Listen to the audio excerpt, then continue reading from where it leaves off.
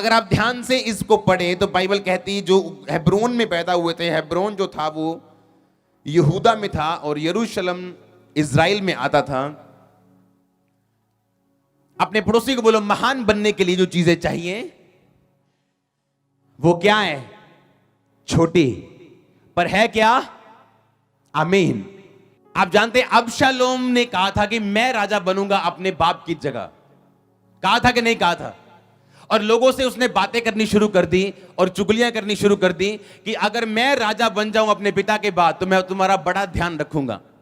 क्योंकि बाइबल कहती है वो गशूर के राजा तलमे की बेटी माका से पैदा हुआ था। बाइबल बताती है अबशालोम का जो इतिहास था, अबशालोम जो दाऊद का बेटा था, शारीरिक रीति से उसी को ही राजा बनना चाहिए था। क्यों? क्योंकि बाइबल कहती है उसका नाना एक बहुत बड़ा राजा था। उसकी मां जो थी वो एक राजकुमारी थी।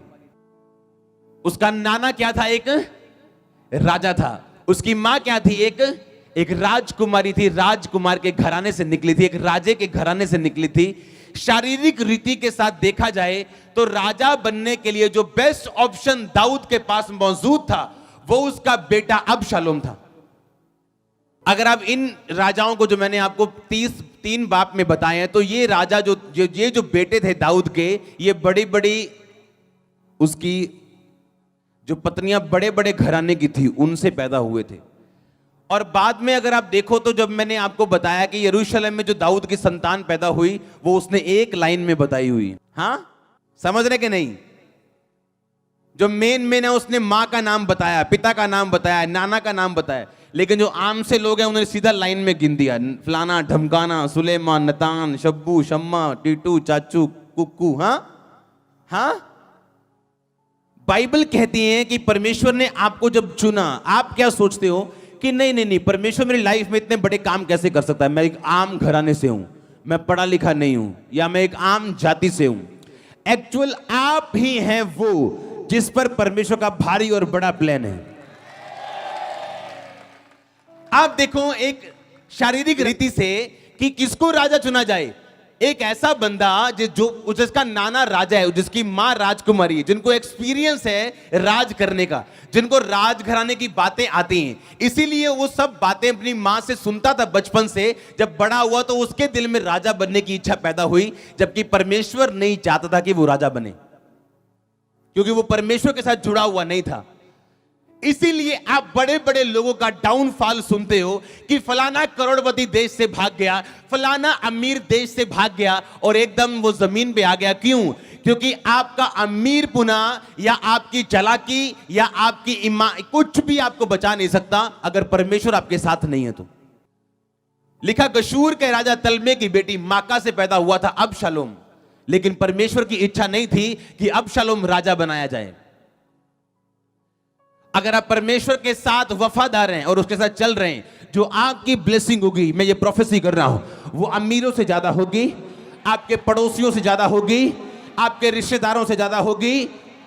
बाइबल कहती है, क्या तुम नहीं जानते कि परमेश्वर ने जगत के निर्बलों को चुन लिया? क्या तुम नहीं जानते परमेश्वर ने जगत के तुच्छ लोगों को चुन लिया? क्या तुम नहीं जानते परमेश्वर ने छोटे लोगों को चुन लिया ताकि जो अपने आप को कुछ बड़ा समझते हैं उन्हें लज्जित कर सके? मैं वो इंसान हूं, जब चर्च में मैं जाता था पहले साल तो वर्शिप नहीं होती थी मेरे से, शर्म आती थी, सिर नीचे करके ताली नहीं बजती थी मेरे से, पागलों की तरह बातें करता था, अटैक होते थे। लेकिन आज कोई यकीन नहीं कर सकता कि ये वही इंसान है जो प्रचार कर रहा है, और मुझे मालूम नहीं था कि मैं प्रचार करूंगा। हाँ, एक नॉर्मल इंसान से डाउन लाइफ थी मेरी, एक आम इंसान से भी कहीं नीचे जिंदगी थी मेरी। हर एक की लाइफ में पैसा प्रॉब्लम नहीं होती, हर बंदे की प्रॉब्लम अलग है। मेरी अलग थी, मेरी प्रॉब्लम पैसा नहीं थी, हालेलुया। पर एक डाउन लाइफ से परमेश्वर आपको चुनता है, क्योंकि परमेश्वर ने क्या तुम नहीं जानते परमेश्वर ने जगत के निर्बलों को चुन लिया। बाइबल कहती परमेश्वर ने कहा मैंने इज़राइल जाति को इसलिए चुन लिया क्योंकि वो धरती पर सबसे छोटी जाति थी, सबसे कम थे और सबसे कमजोर थे। जब परमेश्वर ने इज़राइल को अपनी महिमा के लिए चुना तब धरती पे बड़ी बड़ी जातियां मौजूद थी जिनके पास लोहे के रथ और ऐसे बड़े बड़े हथियार मौजूद थे जिनसे कोई जीत नहीं सकता था। लेकिन परमेश्वर ने कहा मैंने इज़राइल को इसलिए चुना क्योंकि ये गिनती में कम थे, क्योंकि मैंने इनको चुना अपना अनुग्रह, अपनी महिमा लोगों पे प्रकट करने के लिए। कि बाद में इस्राएल ये ना कहे कि हम ज्यादा थे, हम बुद्धिमान थे, हम बड़े ईमानदार थे, इसलिए परमेश्वर ने हमें चुना। हालेलुया। अब्राहम को परमेश्वर ने तब तक आशीष नहीं दी जब तक परमेश्वर ने कहा अब्राहम इस नगर से निकल, इस देश को छोड़ और जो देश मैं दिखाऊं उस देश में चला जा। स्टडी बताती है अब्राहम उस देश में रहता था जिस देश के लोग हाथों को देख के भविष्य बताते थे और चतुर लोग और चालाक लोग थे। और परमेश्वर जानता था कि अगर अब्राहम को मैंने यहां पे छुआ तो अब्राहम कभी नहीं जान सकेगा कि इसको आशीष मैंने दी है या इसकी किसी भविष्यवाणी ने इसको ब्लेसिंग दी है। और प्रभु ने कहा निकल, यहां से निकल, जब तक तू यहां से निकलेगा नहीं तेरी आशीष आसमान में लटकी हुई। जब वो वहां से निकला ताकि अब उसको पता चले कि जो मुझे आशीष मिली है वो सर्वशक्तिमान यहोवा परमेश्वर की ओर से मिली। आमीन। और मुझे किसी से आशीष नहीं मिली, मुझे परमेश्वर ने बढ़ाया और उसने आशीषित किया। क्या आप नहीं जानते परमेश्वर ने आपको चुना फल लाने के लिए, ऊंचा करने के लिए, आप जगत की ज्योति हैं आपको चमकने के लिए। और शैतान आपको क्या आपको कंफ्यूज करते हैं कि नहीं तू एक आम घराने से है, तू बहुत छोटा है, तू बड़ा गरीब है, तू तो बेवकूफ है, तू तो उल्लू है। हाँ, और आप नहीं जानते आप ही हैं वो जो बड़े काम के लिए चुने गए हैं। एक्चुअल में आपका परिवार वो है जो परमेश्वर की महिमा को दिखाने के लिए चुना गया। अब आपको ये बात ध्यान से समझनी है। आमीन। और अपनी जिंदगी को वैसा रखना है कि परमेश्वर आपके जरिए काम कर सके, क्योंकि वो उन लोगों के जरिए काम करता है जिनकी जिंदगी परमेश्वर में समर्पित है। आमीन। इसलिए शैतान लाख जोर लगाएगा प्रार्थना के टाइम ताकि आप प्रेयर ना कर सको। बोने वाला क्या निकला, क्या लेके निकला? बीज लेके। कुछ बीज कहां गिरा? मार्ग के किनारे। कुछ कहां गिरा? पथरीली भूमि। कुछ कहां गिरा? झाड़ियों में। कुछ कहां गिरा? अच्छी भूमि। वही बीज अलग अलग जगह गिरा, कभी 100 गुना फल लेके आया, कभी 30 गुना, कभी 60 गुना, कभी फल ही नहीं लेके आया। बीज सेम है, बीज की कैपेसिटी सेम है, पर उसमें से वो निकला नहीं जो निकलना चाहिए था। आपको जब परमेश्वर ने चुना, आपकी कैपेसिटी 100 गुना है, सबकी, लेकिन आप गिरे कहां यह मायने रखता है। आमीन। अपने हाथों को उठा, बोलो परमेश्वर मेरी फिजिकल लोकेशन, मेरी स्पिरिचुअल लोकेशन सही कर, ताकि मैं अपनी जिंदगी में फल लेके आ सकूं। मांगो 1 सेकंड के लिए। आमीन। हालेलुया। किस काम के लिए चुना परमेश्वर ने आपको? फल लाने के लिए, महान बनने के लिए। हाँ या ना? बाइबल कहती है अबशालोम बेस्ट ऑप्शन था शारीरिक रीति के हिसाब से। अगर शारीरिक रीति से देखो और दाऊद के सब बेटे को खड़ा कर दो और देखो कि किसमें काबिलियत है राजा बनने की, तो फर्स्ट नंबर था अबशालोम। नाना कौन है? बड़ा राजा। मां कौन है? राजकुमारी। पता है क्या करना है? अगर आज किसी को चुनना हो कि आज हम आपको बिजनेस देना चाहते हैं, चर्च की ओर से एक बिजनेस करो, तो किसको चुना जाए? ऐसा बंदा जिसके पापा बिजनेसमैन हो, दादा बिजनेसमैन हो, बिजनेस करने की अकल हो। लेकिन जब परमेश्वर चुनने पे आता है तो वो एक्सपीरियंस देख के नहीं चुनता, वो अपने चुनाव को देख के चुनता, और अपने साथ जो रिलेशनशिप है परमेश्वर की आपके साथ, वो उस हिसाब से चुनता है। आमीन। जब परमेश्वर चुनता है तो ना तो रंग रूप देख के चुनता है, ना काबिलियत देख के चुनता है, वो चुनता है कि आपका संबंध कैसा परमेश्वर के साथ। हालेलुया। अब सेम सभी बेटे जो हैं वो सभी दाऊद की गवाही को फॉलो कर रहे हैं, अपने पिता की गवाही को फॉलो कर रहे हैं, और कुछ गलतियां कर रहे हैं, कुछ अपनी ताकत पे भरोसा रख रहे हैं, कुछ मां की बात को ध्यान से सुन रहे हैं, कुछ नाना की बात को ध्यान से सुन रहे हैं। उन्हें लगता है कि ये बातें चाहिए राजा बनने के लिए, अच्छा दिखना, अच्छे कपड़े, अच्छा बोलना, दिमाग लगाना, चुस्ती और चालाकी। लेकिन परमेश्वर को ये बातें पसंद नहीं थी। और बाइबल कहती है सुलेमान उन बच्चों में गिना जाता था जिनकी गिनती सबसे डाउन में होती थी, जिनकी माएं सबसे छोटी थी। आप वैसे इमेजिन करो, पुराने टाइम में ज्यादा पत्नियां होती थी, एक से ज्यादा। आप देखो जब पत्नियां इकट्ठी होती थी तो उस पत्नी का ज्यादा कब्जा होता था जो अमीर घर से आती थी, जिसका बाप राजा है, जिसके भाई राजा हैं, जो अमीर है, जिसका प्रभाव है, तो उनके बच्चे हमेशा आगे रहते थे। और यही बात ने कंफ्यूज कर दिया अबशालोम को। पंजाबी जी कहते ऐसे गल ने भलेखे च रखिया उन्हों कि राजा तू बनेगा। और परमेश्वर ने उसको राजा नहीं बनाया, किसको बनाया? सुलेमान को, क्योंकि सुलेमान वो जन था जिसने अपने फादर की गवाही को फॉलो किया था। हालेलुया। आपकी लाइफ जितनी मर्जी बड़े केस में क्यों ना फंसी हो, अगर आप सिर्फ मेरी गवाही फॉलो करें जो मेरी लाइफ में हुआ, आप कभी निराश नहीं होंगे। नेवर। मैंने संडे बताया था आपको 2 चीजें चाहिए परमेश्वर में बढ़ने के लिए। पहली, स्पिरिचुअल लोकेशन, आत्मिक जगह सही होनी चाहिए आपकी। कैसे? जैसे उस अंधे की थी, जब उसको मालूम हुआ कि परमेश्वर ने यहां से निकलना है, तो उसके कंधे पे क्या होता था? एक वाइट कलर का, एक काले रंग का, शायद उसे रंग का कपड़ा होता था उसके कंधे पे। हाँ, अलग अलग स्टडीज आपको बताती हैं कि वो कपड़ा जो था वो सर्टिफिकेट था भिखारियों का, कि अगर उसके कंधे पे होगा तो वो भीख मांग सकेगा। सरकार ने उसे दिया होता था। जब यीशु मसीह उसके सामने से निकले तो बाइबल कहती है वो अपना कपड़ा फेंक कर शीघ्र उठा और यीशु मसीह के पीछे चला। उसने कपड़ा अपनी पॉकेट में डाल के यीशु मसीह के पीछे नहीं गया, या अगर मैं चंगा नहीं हुआ तो क्या करूंगा? दोबारा कपड़ा निकालूंगा, भीख मांगूंगा। वो इस तरह से परमेश्वर के पीछे गया था कि अब मैं तेरे पीछे हूं, तो अगर चंगा नहीं करेगा, मेरा ध्यान नहीं रखेगा, तो मैं मरने के लिए भी तैयार हूं। मुझे भीख नहीं मिलेगी, मैं मर जाऊंगा, नो डोंट वरी, पर मैं तेरे पीछे आ रहा हूं। एक मन होके, आमीन। और आज यहां लोग बैठे सोच रहे हैं ये गवाहियां क्या असली हैं क्या? कितने पैसे दिए आपने अंदर आने के लिए? हां, कितनी टिकट खर्चते हो आप? कोई नहीं, तो किसको इंप्रेस करने के लिए हम करेंगे? आपको जब ऑफरिंग के लिए इन्वेलप भी दिए जाते हैं तो आपको जबरदस्ती नहीं की जाती। मुझे नहीं मालूम आप डाला कि नहीं डाला, हां या ना। और जब टेस्टिमनीज आप सुनते हो और आप बोलते हो कि पहले मेरे जीवन में काम हो तो मैं बपतिस्मा लूंगा, तो परमेश्वर आपको खुश करने के लिए दोबारा सूली पे चढ़ने वाला नहीं है। अगर आप चर्च नहीं आएंगे तो आपको मिस करने वाला भी नहीं है। अगर आप उसकी प्रशंसा करोगे वो आपको ऊपर रखेगा, आप उसको कुड़कुड़ाओगे वो नीचे कर देगा। That's it.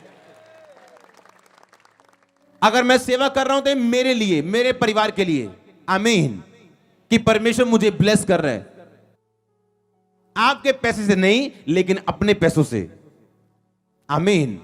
वो मुझे अपनी पर्सनल लाइफ में आशीषित कर रहा है। ये सेवा किसी के ऊपर एहसान नहीं है, ये परमेश्वर का फजल है। अगर आप चर्च में आए हो, बैठे हो, तो ये परमेश्वर का अनुग्रह आपके ऊपर, आप प्रभु पे एहसान नहीं कर रहे हो। कितने समझ रहे हैं? अब आपको आत्मिक पोजीशन सही रखनी, क्या कि प्रभु चंगा करे या ना करे। अगर मैं इतनी गवाहियां देख चुका हूं, इतना काम देख चुका हूं, ये नकली तो नहीं हो सकता। एक संडे नकली हो सकता है, 2 संडे नकली हो सकता है, हर संडे 2 बार और हर थर्सडे 1 बार क्या नकली हो सकता है? नहीं। तो मुझे परमेश्वर का पीछा करना है। जब आत्मिक पोजीशन सही होती है तो फिर शारीरिक पोजीशन सही करनी। कई लोगों की आत्मिक पोजीशन बड़ी अच्छी है, उनका परमेश्वर के साथ रिलेशनशिप बड़ा अच्छा है, प्रभु पे विश्वास हो चुके हैं, पर गलत जगह पे बैठे हैं। चर्च कौन सी जा रहे हैं? जो घर के नजदीक है। जाओ उस चर्च में, चाहे वो नजदीक हो घर के, चाहे बिल्कुल साथ की दीवार क्यों ना हो, चाहे आपको 100 किलोमीटर चल के जाना हो, पर उस चर्च जाओ जो चर्च जीवित हो, जहां पे आराधना होती हो, गवाहियां होती हो, प्रचार होता हो, प्रार्थना होती हो। मैं खामरा चर्च की बात नहीं कर रहा हूं, हर वो चर्च जो परमेश्वर में इस तरह से चलती, आप उस चर्च जा सकते जो जीवित चर्च हो, आमीन। जब आपकी आत्मिक पोजीशन सही होती, अगर अंधा आत्मिक तरीके से तैयार हो चुका था कि जब परमेश्वर अगर मुझे आज मिले तो ये कपड़ा मैं फेंकने वाला हूं, परमेश्वर के पीछे भागने वाला हूं, इसका मतलब वो आत्मिक रीति के साथ तैयार था, लेकिन अब उसे शारीरिक रीति के साथ भी सही पोजीशन पे बैठना था कि जिस सड़क से परमेश्वर निकले उसी सड़क पे बैठना था, अपने घर पे नहीं। 12 साल की लहू बहने वाली औरत बोल सकती थी, काश कहीं परमेश्वर मेरे घर के आसपास से निकले ना, तो मैं परमेश्वर के पास जाऊंगी और प्रभु को छू लूंगी, क्योंकि मुझे विश्वास बहुत है परमेश्वर के ऊपर। मैनू दसी भैन जे साडे इलाके च दोबारा बंदगी हुई ना, तो मैनू दसी मैं फिर बंदगी च जाऊंगी। मुझे बताना अगर पास्टर जी यहाँ आए ना, तो मुझे बताना अगर वो यूरोप में आए ना, नो, जिसने छूना है ना वो कनाडा से आके भी प्रभु को छू लेगा, जिसने लेना है वो यूरोप से आके भी ले लेगा, जिसने नहीं लेना वो साथ मोहल्ले में बैठ के भी नहीं ले सकता। एक सिस्टर अपनी गवाही दे रही थी कि मैं कनाडा से आई और डॉक्टर ने मुझे जवाब दिया और मैं आई और आपसे मिली, आपने मुझे एक वाटर और एक पानी एक तेल की बोतल दी, आपने प्रे करके दिया और आपने बोला आपने प्रेयर करनी है, ऐसा ऐसा करना है, और गवाही देने के लिए दोबारा कनाडा से आई। मैं उसको बोल रहा था अगर तीन फ्लाइट चेंज करनी पड़ती लोगों को, कई बार एक फ्लाइट चेंज करनी पड़ती, कई बार दो, कई बार डायरेक्ट भी आती, लेकिन 17 घंटे 24 घंटे जब वो अपने घर से यहां तक अपने चर्च में पहुंचते हैं, एक दिन 24 घंटे उनको सफर में लग जाते हैं, उनका सिर घूम रहा होता है। और आप देखो क्या परमेश्वर को खाली वापस जाने देगा? हां, सारी भीड़ को छोड़ दिया परमेश्वर ने, बोला किसने मुझे छुआ? कहते प्रभु पूरी भीड़ तुझे छुई। परमेश्वर नहीं, किसने बाय फेथ मुझे छुआ। कौन थी वो? 12 साल की वो लहू बहने वाली औरत जो अपने घर से ये कह के निकली थी कि आज मैं अगर प्रभु के पल्लू को छू लूंगी। वो फीता निकलता था, एक यहूदी लोग जो कपड़े डालते थे उन कपड़ों में से ऐसे धागे को छुआ था उसने, परमेश्वर के धागे के कोर, धागे के भी नुक्कर को, धागे की शुरुआत को उसने छुआ था। आत्मिक पोजीशन जब सही होती बंदे की, और उसके बाद शारीरिक पोजीशन, आप बैठे किस जगह पे हो, बीज वही है 100 गुना फल वाला, पर गलत जगह गिर गया। आपकी सेवकाई मैटर करती है, आपका मेंटर कौन है? आमीन। परमेश्वर ने पता क्या कहा? सबसे अधिक अगर कोई चीज मांगनी है तो क्या मांग? बुद्धि। कहता ये कुंदन से भी बढ़ के, सोने से भी बढ़ के, सबसे अधिक कहता अगर कोई चीज मांगनी है तो क्या मांग? क्या मांग? बुद्धि मांग। हालेलुया। आप नहीं जानते, बाइबल कहती तेरा मुंह एक बनाया परमेश्वर ने, कान कितने बनाए? ऐसा क्यों नहीं किया कि 2 मुंह लगा दिए हो और कान एक लगा दिया हो? कहता है 2 कान मतलब ज्यादा क्या सुन, मुंह एक मतलब कम बोल। मैं अपने स्पिरिचुअल फादर के पास था और मैंने कहा आप मुझे वर्ड दो, कोई मुझे बताओ मैं क्या करूं। और उन्होंने बताया कि इस बार तो जब तू जाए तो ऐसा बीज बोना जिसे उभरने में, जिससे तुझे टाइम लगे, जिस पे तेरी लाइफ निर्भर करती हो, उसे बो देना। आत्मिक लोग ज्यादा बातें नहीं करते हैं, उनकी एक इंस्ट्रक्शन आपकी लाइफ के लिए काफी। और इस बार मैंने आके आपको मैंने टेस्टिमनी दी थी, मैंने काम एक पीछे चला, मैंने कहा काम रोक दो। क्यों? मैंने बीज बोने, और 2-4 लाख नहीं, मैंने बीज बोया बड़ा, और जब अगले बिल आए उतने ही पैसे शॉर्ट निकलते थे जितना मैंने बीज बोया था। और हर बार सुनो, हर बार शैतान बोलता था तूने गलत काम किया, तूने गलत कर दिया, तूने गलत कर दिया। उस बार अरेंज हो जाना, अगली बार जब फिर बिल आने बड़े बड़े, उतने पैसे शॉर्ट होने जितना मैंने बीज बोया था। और शैतान ने मुझे पूरा डराने की कोशिश की, तूने इतना बड़ा बीज बोया, काम रुक गया, ये हो गया, वो हो गया। पर जैसे ही वो बीज बोया, क्योंकि मैंने ऐसे लोग देखे हैं जब अपने स्पिरिचुअल फादर के पास बैठते हैं, मैं ना ਤੁਹਾਡੇ ਲਈ ਇੱਕ ਦਰਸ਼ਨ ਦੇਖਿਆ ਸੀ, मैं देखिया ਤੁਹਾਡਾ ਕਾਕਾ ਜਿਹੜਾ ਨਾ ਉਹ 26 ਤਰੀਕ ਨੂੰ ਹੋਣਾ। क्या तुम मूर्ख हो या मूर्खों की मंडली से निकले हो? परमेश्वर आपके स्पिरिचुअल फादर की प्रोफेसी आपके स्पिरिचुअल फादर के फादर को देगा या आपको देगा? क्या वो मूसा के बारे में पब्लिक से बात करेगा? पब्लिक के बारे में मूसा से बात करेगा? आमीन। और जब उसे मालूम हुआ कि जिस चीज के लिए वो बोल के गई थी प्रोफेसी करके, वो बेबी उस दिन नहीं हुआ, तो वो शर्मिंदा हुई उसके बाद। क्यों? क्योंकि जब आप अपनी हैसियत से बाहर पैर रखते हो, आप क्या होते हो? शर्मिंदा होते हो। और जब मैं अपने अगुओं के पास बैठता हूं तो मैं ऐसे नहीं बैठता हूं, मैं अपने मुंह को बंद रखता हूं और सुनने की कोशिश करता हूं। और मैंने ऐसे लोग देखे हैं जिनके बारे में परमेश्वर ने मुझे बताया बिग प्लान्स, बड़े प्लान्स, लेकिन वो प्लान अभी अधूरे हैं। क्यों? क्योंकि बोलने की आदत, ना सुनने की आदत। और ये स्पिरिट ऑफ प्राइड है, ये एक घमंड का आत्मा है जो आपकी सेवकाई और पर्सनल परिवार को अफेक्टेड रखता है हमेशा, खासकर पास्टर्स की लाइफ में। हालेलुया।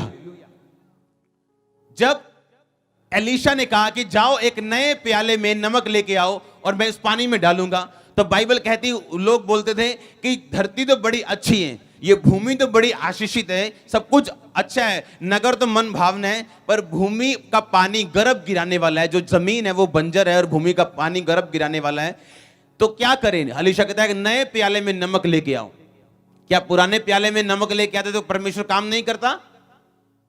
हां, करता कि नहीं करता? पर ये इंस्ट्रक्शन थी, डेफिनेट इंस्ट्रक्शन, एक खास इंस्ट्रक्शन। आपको एग्जैक्ट परमेश्वर बताता है कि क्या करना है आपकी लाइफ में। अगर शारीरिक पोजीशन सही है, आप सही मिनिस्ट्री में हो, आप सही लोगों की संगति में हो, आपकी आत्मिक पोजीशन सही है कि आप चर्च आके ये नहीं सोच रहे हो, एहसान नहीं कर रहे हो परमेश्वर के ऊपर, उसके बाद आपको इंस्ट्रक्शंस मिलती हैं बढ़ने के लिए। इंस्ट्रक्शन परमेश्वर देते हैं, बीज बोना है, इंस्ट्रक्शन देते हैं, प्रेयर करनी है, फास्टिंग करनी है, ये वाला काम करना है। डेफिनेट एग्जैक्ट इंस्ट्रक्शन साफ और सीधी सीधी जब आपको मिलती हैं, वो आपकी ब्लेसिंग के लिए। आमीन। मैं जानता था कि जब मेरे आत्मिक पिता मुझे बता रहे थे कि बीज बोना, वो अपने लिए नहीं बता रहे थे। उनको मालूम था मैं यहां से अब चला जाऊंगा, कितने समझ रहे हैं, पर उनको मालूम था कि ये हेवन खोलने वाला है। आप डेफिनेट इंस्ट्रक्शंस जब आपको चर्च से मिलती हैं, एग्जैक्ट इंस्ट्रक्शन। हालेलुया। एक संडे हम टेस्टिमनी सुन रहे हैं। क्या टेस्टिमनी है जी? एक बहन ने घर लिया 30 लाख का। कहां से आए जी आप? हम यूपी से आए हैं जी। अच्छा जी। दूसरी टेस्टिमनी, घर लिया जी। अच्छा, कहां से आए जी? हम बिहार से आए हैं जी। तीसरी टेस्टिमनी, कहां से आए जी? हम छत्तीसगढ़ से आए हैं जी। मैंने कहा ये सब परदेसी टेस्टिमनीज दे रहे अपने घर की, ये पंजाबी कहां सो गए हमारे? क्योंकि पंजाबी सोचते ज्यादा हैं, पता नहीं 1000 रुपया कितने जाना। हां, उन्हें ये नहीं मालूम, सोचते ज्यादा हैं वो। और आप परदेसी को बताओ, अच्छा ये करना है चर्च के लिए, हां जी ठीक है जी, उसको ये भी नहीं मालूम लेना क्या है,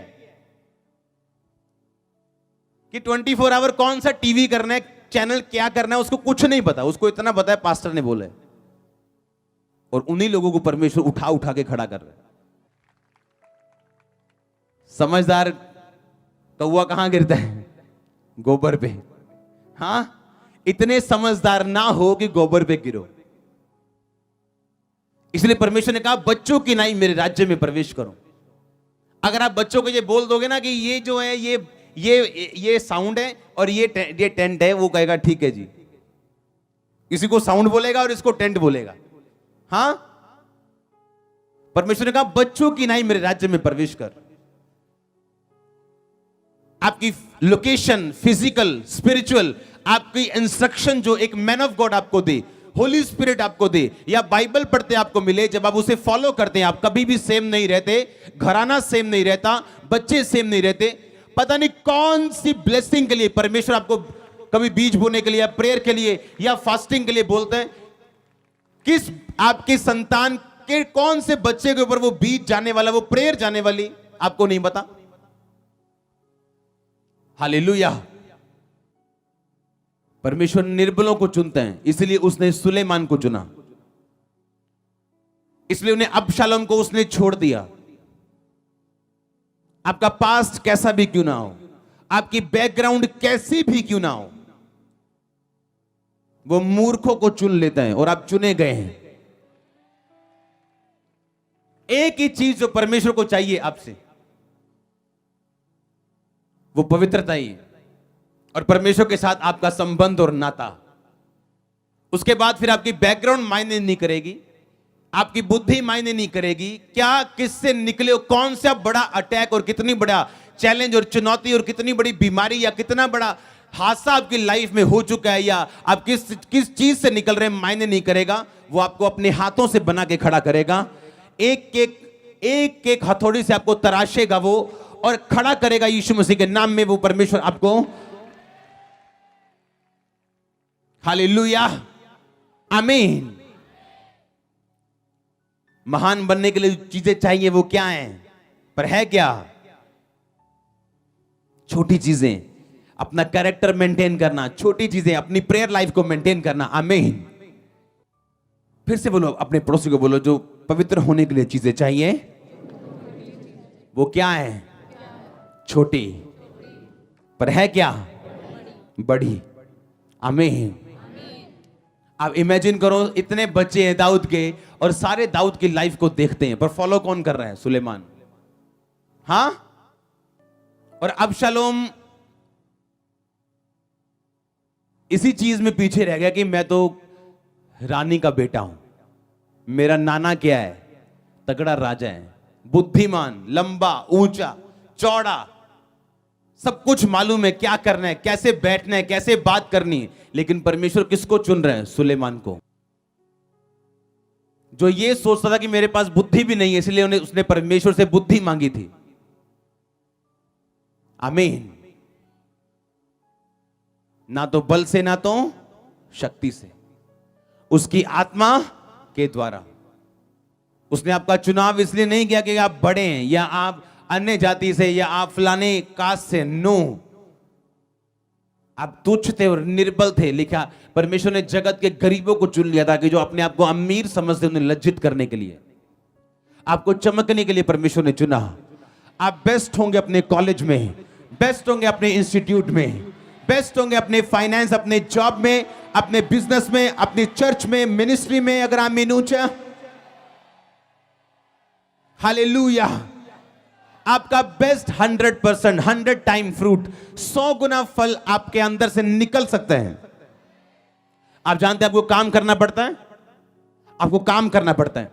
अपनी कोई ग्रेटनेस ऐसी नहीं है जो अपने आप या इत्तेफाक से हो जाए।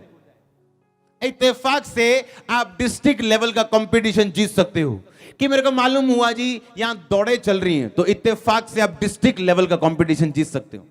पर जब आप स्टेट लेवल जाते हो, नेशनल लेवल जाते हो, फिर आप इंटरनेशनल लेवल जाते हो, फिर आप नहीं बोलते कि इंटरनेशनल, आप ओलंपिक में चले गए क्योंकि आपने पोस्टर पढ़ा देखा ओलंपिक का।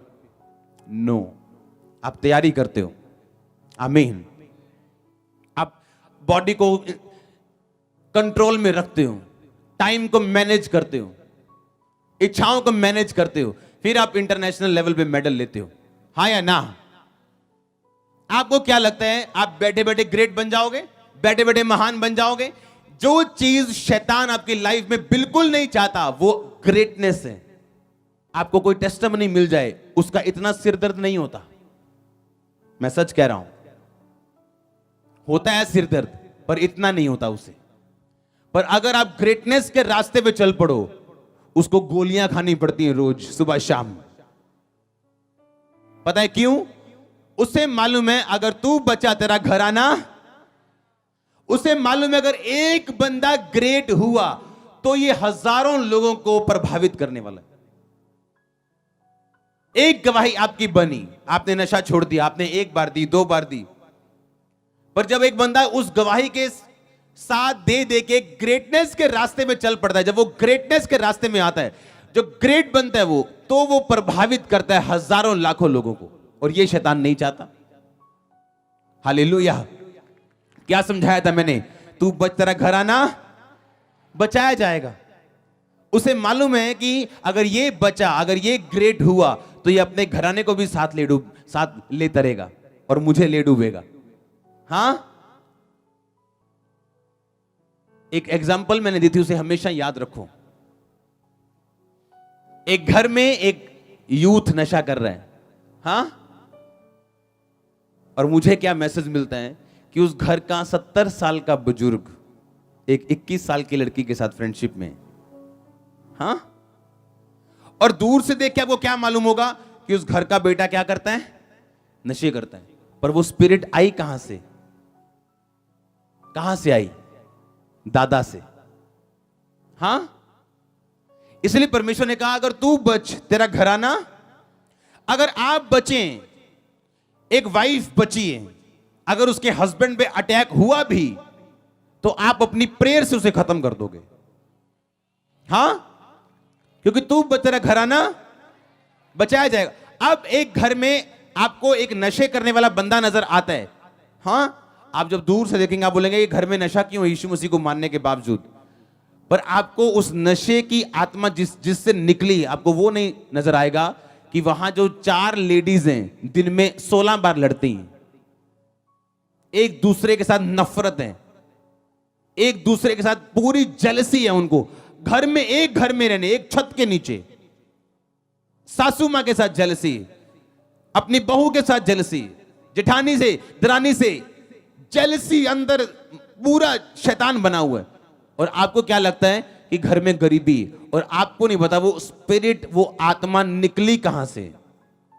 अगर एक औरत संभल जाए और ये बोले कि मेरी कमियां मैं दूर करूं, मैं बचूं, मेरा घराना, और जब मैं बचूंगी आपके हस्बैंड को बचना पड़ेगा, आपके भाई को बचना पड़ेगा, आपके फादर को बचना पड़ेगा, आपके बच्चों को बचना पड़ेगा। नो ऑप्शन, कोई ऑप्शन उनके पास मौजूद नहीं है सिवाय बचने के।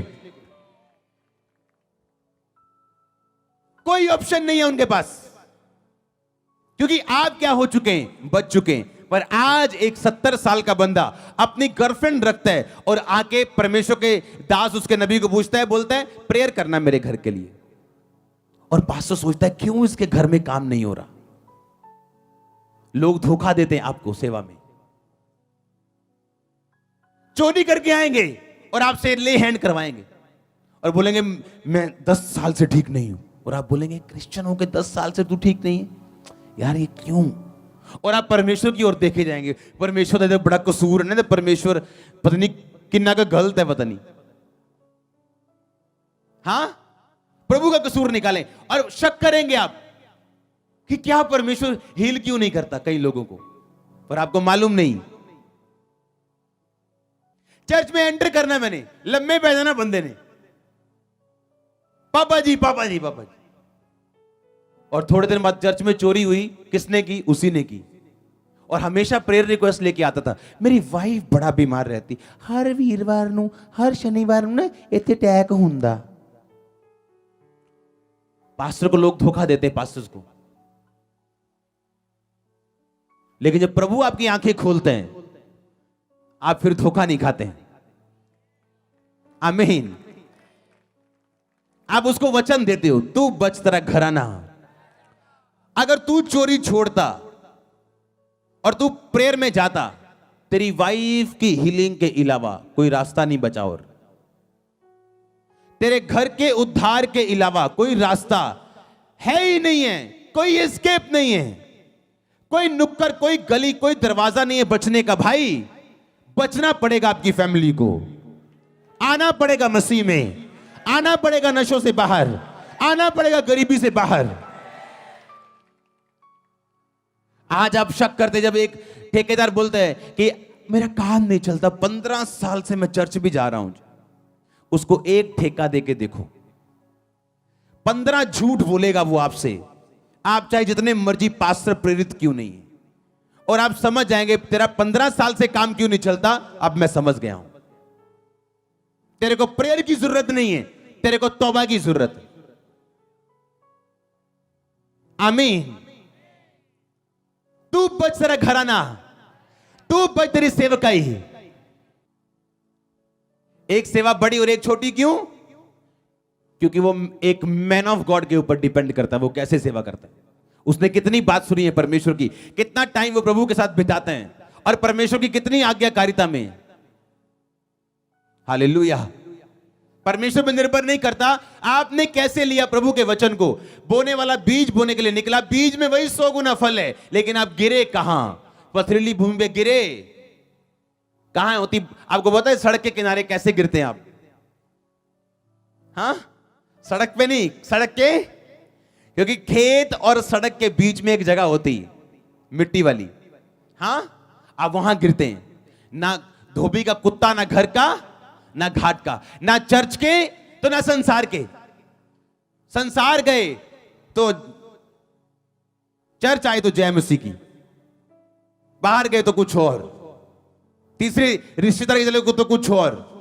आप कौन से बीज हो जो सड़क के किनारे गिरे? ना तो इधर के हो ना तो उधर के हो। और लिखा शैतान आपको झुकता है। जो डबल माइंडेड लोग हैं, लिखा समुद्र की छल के जैसे। समुद्र की छल आती थी 20,000 साल, करोड़ों साल पहले भी आती थी, टकराती थी, चली जाती थी, आज भी ऐसे ही करती, कोई काम नहीं हुआ। आज भी आती है और चली जाती है। क्या कहा परमेश्वर ने कि दो चित्ते लोग समुद्र की छल के जैसे। वही काम हो रहा है पर वो कुछ नहीं रहा। काम बहुत हो रहा है, भागम भगाई बड़ी हो रही है चर्च में अंदर बाहर, लेकिन काम कुछ नहीं हो रहा। तू बच तेरा घराना, बचाया जाएगा। अगर मुझे यह मालूम है कि अब मैं तौबा में आ गया हूं, मैं प्रेयर में आ गया हूं, पवित्रताई में आ गया हूं, अब मुझे क्या करना है, अब मुझे नहीं परवाह किसी की, मुझे सिर्फ प्रभु में चलना है। अब सब बातें मेरे पीछे आएगी, मेरे परिवार की साल्वेशन मेरे पीछे आएगी, मेरी बरकत पीछे आएगी, मेरी आशीष पीछे आएगी। तू मेरे धर्म और राज्य की खोज कर, दुनिया की सब वस्तुएं तेरे पीछे पड़ के तुम्हें मिलेंगी। आपकी 90% प्रेयर रिक्वेस्ट गलत हैं। आपकी 90% प्रेयर्स तौबा ना करने के कारण आपकी लाइफ में है। कुछ लोगों अगर तौबा कर ले अपनी लाइफ में पूरी तरह से, 90% प्रेयर रिक्वेस्ट खत्म हो जाएंगी, 10% रह जाएंगी। चाहे वो 4 घंटे प्रेयर में क्यों ना बैठे, लेकिन करेंगे उसी 10% में से। हालेलुया। आपको धोखा देते लोग आएंगे, पापा मेरे पापा के लिए प्रेयर करो, पापा जी मैंने बहुत रोक दे, मैंने बहुत तंग कर दें। और खुद का बॉयफ्रेंड आपको कभी नहीं बताएंगी, और खुद की गर्लफ्रेंड आपको कभी नहीं बताएगा। यूथ ये नहीं कहेगा मुझे, मैं सुधरना चाहता हूं, मेरे पे हाथ रखो, आज मैं छोड़ के जाऊंगा अपनी गलती को और माफ परमेश्वर से मुझे करवा दो, आज के बाद कभी गलती नहीं करूंगा। आप देखो ऐसा चल के 1 साल, 2 साल, 3 साल, 4 साल आपका फादर चर्च में आपसे आगे बैठा होगा, पर शैतान कमी कहां डालता है? आप प्रेयर करवा रहे हो और प्रेयर कर रहे हो, पर लाइफ वैसी नहीं। यीशु मसीह ने कहीं नहीं कहा, उसने कहा तू बच, तेरा घर आना। कितना सिंपल, कितना पावरफुल वर्ड है, तू बच। आमीन। लोग मुझे बता रहे थे कि जब मीटिंग्स करते हैं लोग पंजाब में, कहते थे हम 50 पास्टर्स इकट्ठा होते हैं, एसी हॉल करते हैं और 500 लोग आते हैं 3 महीने की तैयारी में। मैंने कहा हम मिट्टी में टेंट उठाते हैं, हाँ टेंट खड़ा करते हैं। कितने समझ रहे हैं? आप समझ रहे हो कि नहीं? हाँ, तू बच, तेरा घर आना। एक दिन मैं जा रहा हूं और क्या मेरे दिमाग में चल रहे हैं, मैंने कहा यार क्या बेनीहीन गाने सुनता होगा, फिल्मी गाने। देखो दिमाग में मेरे क्या चल रहा है, मैं नया हूं मसीह में बिल्कुल। और जाते मैं मैंने अपने पास्टर से क्वेश्चन पूछा, मैंने कहा कि बेनीहीन पाजी गाने सुनता हो ना? ऐसे बोलते थे हम पहले, हाँ पाजी पाजी करी जाना पास्टर्स रूम। रॉन्ग है ये। आमीन। जितनी इज्जत आप दोगे उतना आप ब्लेस होते हैं। कहता तू धर्मी को धर्मी मानेगा, धर्मी का बदला, नबी को नबी मानेगा, नबी का बदला। यीशु मसीह एक नबी था, लेकिन उसके घर वाले उसे भाई समझते थे, इसलिए उनके जीवन में काम नहीं हुआ। हालेलुया। ऐसी बातें मेरे दिमाग में चलती थी। क्या बेनीहीन गाने सुनता होगा 2004 में? अगर वो नहीं सुनता होगा तो मैंने भी नहीं सुनने, ऐसे छोड़े मैंने, हाँ कि मैं बचूं। कभी चिंता नहीं हुई, मेरी मम्मी बचे, घर में आना मम्मी की लड़ाई मेरे साथ, टॉप लड़ाई होनी, घर छोड़ने तक बातें हो जानी, घर छोड़ के चला गया एक दिन में। आज उसी मम्मी को बैप्टिज्म दिए मुझे 7 साल हो गए अपने हाथों से। आमीन। तो बच, तेरा घर आना। आपका मेन कंसंट्रेशन क्या है? खुद। क्या मेरी प्रेयर है या नहीं? आप 10 दिन बाइबल ना पढ़ो, आप सूख जाओगे और आपको मालूम होगा कि कुछ कमी है। पैसा है, आशीष है, बरकत है, लेकिन कुछ कमी क्या है, ये बेचैनी क्या है जो मेरी आत्मा के अंदर है, आप कभी फाइंड नहीं कर पाओगे। प्रेयर से भी कई बार वो मिटेगी नहीं जब तक आप बाइबल नहीं पढ़ोगे। आप जैसे ही बाइबल पढ़ोगे, आपकी सिचुएशन वही है, चैलेंज वही खड़ा है, पर आपका दिल शांत हो गया, क्योंकि आपकी आत्मा को खाना मिल चुका है। हाँ, आपने अपने आपको ट्रेंड करना शुरू कर दिया कि मैं वचन में जीऊंगा, मेरे आसपास क्या होता है कोई मायने नहीं करता। डैनियल कहता मैं ये खाना नहीं खाऊंगा जो बाइबल में मना है। क्या ये बड़ी बात है? हाँ, खाना बहुत बड़ी बात है। क्या है? छोटी, कि मैं ये खाना नहीं खाऊंगा, क्यों? बाइबल में मना है। जो महान बनाती वो क्या चीजें हैं? छोटी। और उस देश का वो प्रधानमंत्री था, उस प्रधानमंत्री का पहला स्टेप क्या था?